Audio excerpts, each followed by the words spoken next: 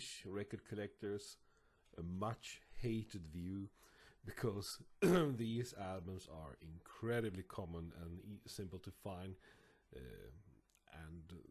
yeah, but never mind. Ingmar Nordströms orchestra. I've been mentioning the Swedish dance band Ingmar Nordströms quite a lot of times during the years, and it's quite natural that the group appears here on this list as well. Had this list been made maybe 30 years ago, I'm sure that they would be on the absolute top of the list, since I could never have enough of their music. I truly idolized them, and whenever they appeared on television, and that wasn't that often, it was like a really big event for me. Today it might sound strange. Why would a young boy find interested in an orchestra who mainly had their audience among middle-aged and older people, with their well-arranged and dance-friendly record with saxophone, choirs and amiable vocals? And it's a good question. I can't really come up with a good answer, but one important thing is that I just enjoy that style of music, and it was also presented to me in my early life by people I adored, namely my grandparents. One would think that when I started getting other musical influences, my interest in Ingmar Nordströms would fade, but that wasn't the case.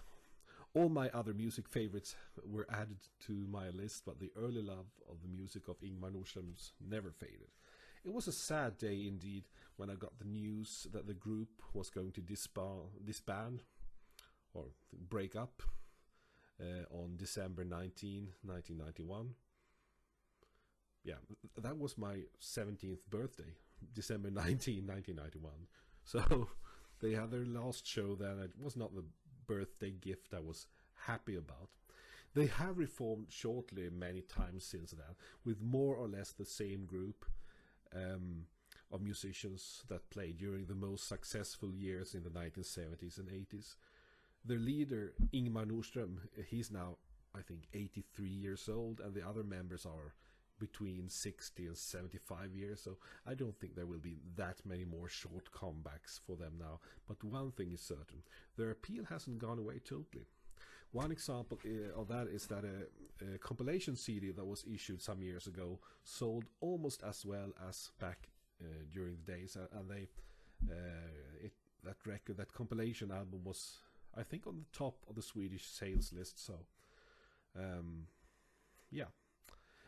One reason why they've been so popular is that they always presented very well arranged music. I mean, these were really good musicians, and mostly the arrangements were made by the tenor saxophone player Bosse Jansson, and they also had a very good vocalists in Janne Landegren. He's not on this album, and the late Sten Lindberg. I could go on talking about them forever, but I think I'll end this video by stating that they may not be my biggest favorites today, but they were indeed my first